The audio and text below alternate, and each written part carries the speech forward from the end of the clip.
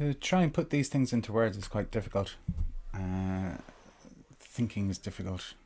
Taking loads of information from the internet and from your life's experience and trying to figure out life's experience not being quite what sane people say it should be.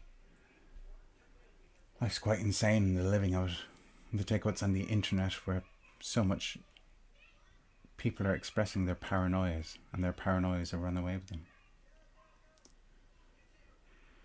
To sit and try and write down what do I actually think and pin one's flag to the mast and hold it up in the public through the internet and say, hey, look what I think, this is what I found out, this is what I think. It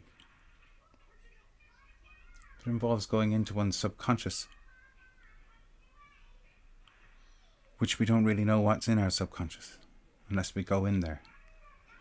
And to go in there is to risk being wrong, is to risk being led astray, is to risk going crazy. So it's a fine line to walk between the worlds of what's conscious and unconscious and subconscious. But a lot of what I've been experiencing is that being on the internet, trying to learn truth about things that are far away and in the past and spoken of for the future. To go out there on the internet is like a psychological journey. And it's like taking psychedelic drugs. It's as if the internet is actually a manifestation of the astral plane. So that all the stuff that we have put up on the internet is essentially the stuff that we have going on in our astral planes, in our dream times, in what we think we're consciously doing, in what we sheeple or sleepwalking into and working for a government that's taken the tax office in order to give us crap services and put up the age of retirement and all those things that are going on. So there's what I think, and then there's what I think, and then there's what I actually do. The way any one of us is living isn't really in tune with how we'd like to be living, because ultimately we're all living in something that we know is not right. When it comes to money, when it comes to countries and races, when it comes to walking past homeless people on the street, when it comes to what food we're eating, or even looking at the sky, or looking at what our children are looking at on their screens, what's in the children's programs, and then looking at what we're looking at on the internet ourselves, or just to watch a film. Even in the old days, the amount of violence and sex that's put into the films that doesn't have to be there, and we're just told it has to be in there because it sells. So our world is in a state of fucking total nonsense. And we're all in our own bubbles. So you can speak to your truther people about truther stuff, but you can't speak to your average Joe Soap about it too much, or they'll think you're mad. And the further things go is the more that now fake news is in the real news, and the real news is fake news, so there's nowhere really to hide from the truther stuff anymore, because the truther stuff is being put in front of all of our faces. And this comes to a head most lately with the fires in Australia, when it's put in front of the faces of everyone in the world that these fires, especially around New Year's Eve, New Year's Day, are so extreme and so much more extreme than anything before. And so half the world blames the CO2 in the atmosphere and what man is doing, and maybe the other half of the world blames it on what the governments are doing, and some hell-bent plan apparently to take control of the world at whatever cost, so that they can run the world for their own gain, and all of us are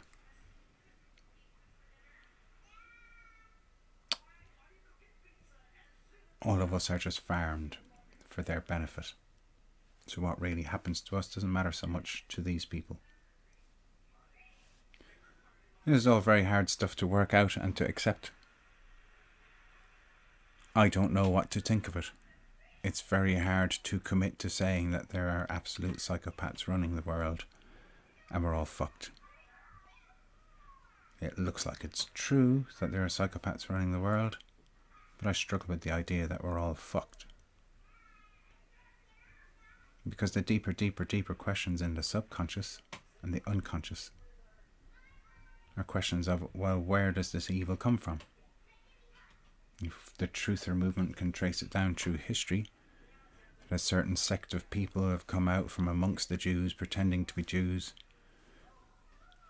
and have been fulfilling a plan over hundreds of years to create the Israeli country in the middle of a World War I and II and reset the chessboard to bring around a state that we face these days of realizing or being told that the United Nations is a world government, and that world government has a plan which is implementing, which means a transformation of all society into a far more autonomous and robot technological society.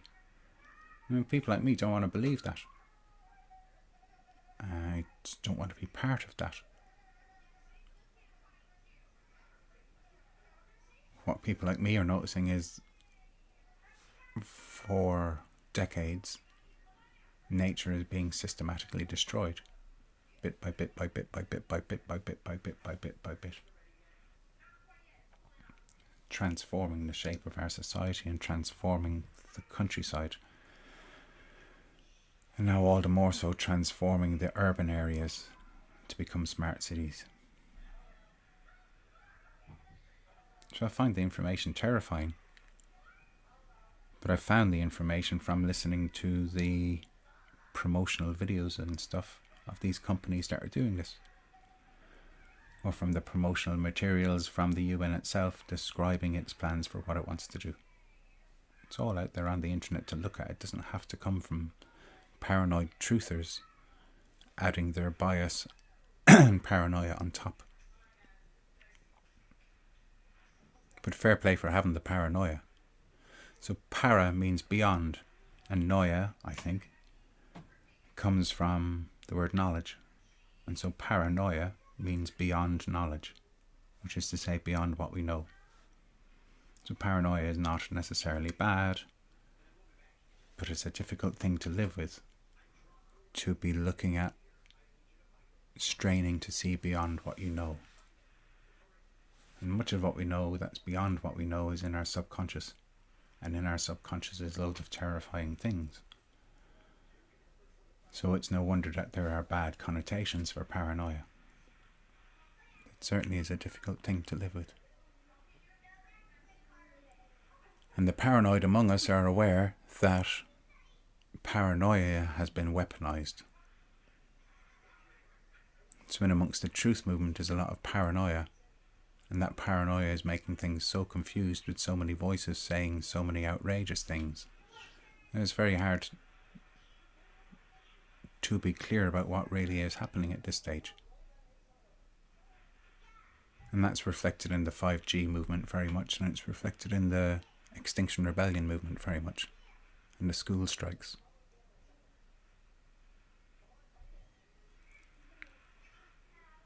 But my logic says for things to be at the state they're at now, this has to have been seeded over the last decades and planned for hundreds of years. And logic says that means that somehow some transgenerational intelligence has a plan that it's steering through many generations. And they're scary thoughts because how do we fight against Time Lords? And in looking into the artificial intelligence, like, I don't know if it's true or not. I can only go and look at what they're saying about what they're creating and then wonder how much they're not telling us. But in what I understand about what they're saying of the artificial intelligence, it needs ever more data so that it can learn ever more. Learn intelligence?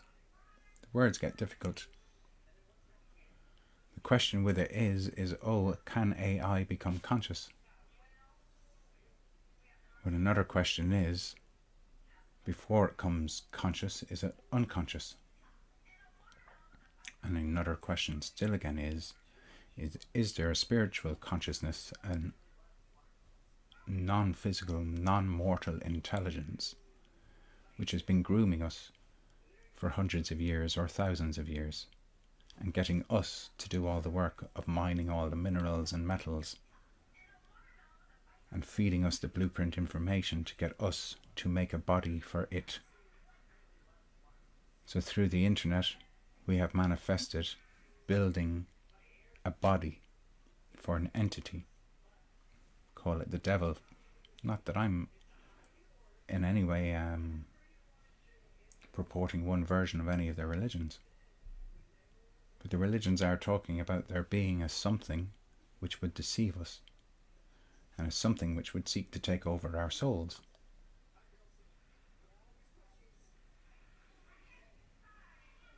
And take total dominion over this planet. And the idea of Christ, or whatever the other religions have as similar to Christ, is an idea that within the human soul there is a connection to God and the earth, which is able to finally, what would the word be, transmute, or heal, or get rid of the Luciferian devil, evil entity from our lives and from this earth. So in that scale it's quite a spiritual conundrum. That's a very old conundrum as to what's going on with being manifest on a planet where we don't know if there's other planets with life on them, and we don't know how we got to this planet, and we don't know how this planet got built. But what we do have is mythologies which pass information on from generations and generations and generations ago. And we have some written books like the Bible and whatever the other religions' books are. And they tell us stories. And some of those stories are in all the religions, apparently, like the flood. My biggest, oldest question in waking up, like as a 15-year-old in history class, some of my oldest questions that didn't make sense about what I was being taught in school, was on the one hand that the Pope had armies, and yet the Pope was supposed to represent this Jesus Christ who was all about peace. So how can the Pope be filthy rich and have all these armies and run an empire if he's being the Christ? Or in the place of the Christ? Or holding the space till Christ returns? But the biggest thing that really bugged me about all of that is in Ireland we have our own mythologies. We still have a living oral tradition that remember our old stories. The stories of the Tooth Day Done and the stories that are still written in the land, in the nature of the land. These stories are still living there.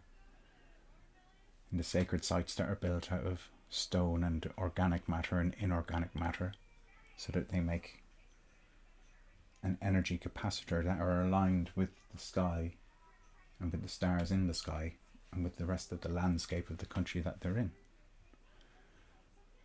So for us Irish people, we come from a culture where we understand that the land is communicating to us in the present. And it's communicating the whole story of everything that's gone before. All that story is written in the land. And it's not just written in man-made letters, but it's written in those structures that man has built out of stone, with an intelligence that was able to read the stars in the sky and know massive cycles that cover hundreds and thousands of years, as well as the cycles of the full moons and the new moons and the timing of the sunrises throughout the year. So in all of that, in Ireland we have our mythology, and yet in Ireland we were being ruled over by a religion which spoke of the Christ, but the Christ story was added on to a Jewish Middle Eastern Old Testament, for which us Irish people have no interest. It's none of our business. And so from early on as a 15-year-old I had noticed that our state schools, our education system of our so-called independent republic, was still following a British system and a British education, adapted a little bit for being in Ireland and run by the Irish somewhat, but really the same old indoctrination, and particularly that thing of our old mythologies being replaced by Middle Eastern mythologies that have got nothing to do with us.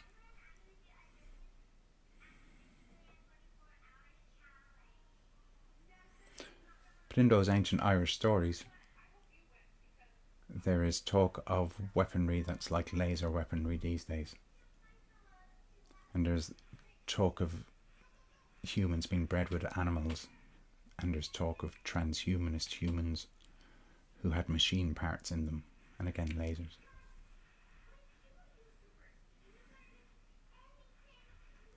So all I'm saying in all of that is we just don't know what was going on in prehistory.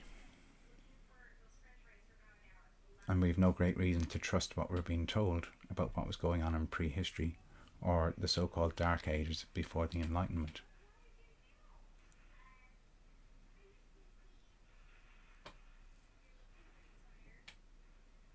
And it turns out blatantly obvious in Ireland that the 1916 revolution, just over 100 years ago,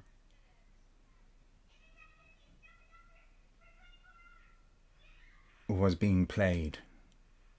That Britain wanted to break up its empire to some degree,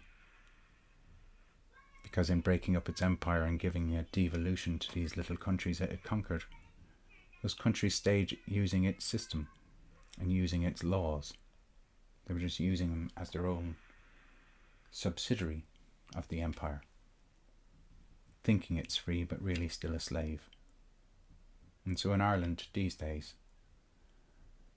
in getting our freedom and having a civil war, a poison chalice, over whether to have a deal with the devil over Northern Ireland or whether to keep fighting until we get total sovereignty in the whole island back. But as it was, the pro-treaty side of our Irish civil war back in 1921-22,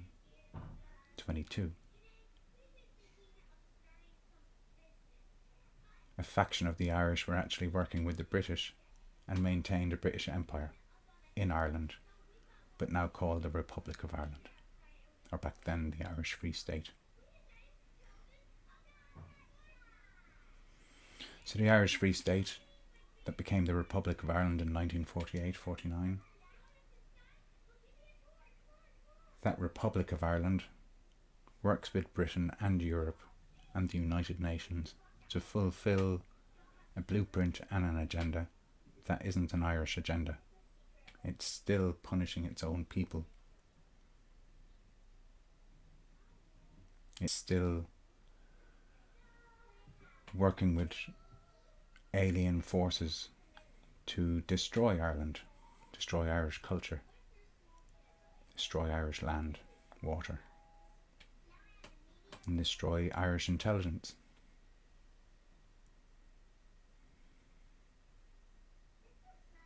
So it's a country where alcoholism is encouraged, where the country's overrun with drugs, where all the same problems going on in all the countries around the world are going on.